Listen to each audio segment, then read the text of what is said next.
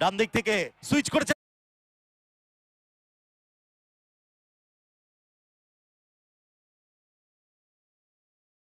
বল, দাউড়ি goal হতে পারে। Good ball, হ্যাপিস। Oh what a goal, what a goal, what a goal. আকাশ আমাদের দ্বিতীয় খেলায় যে দুটি দল হোক একটু মিউজিক, খেলবেন হোক একটু মিউজিক।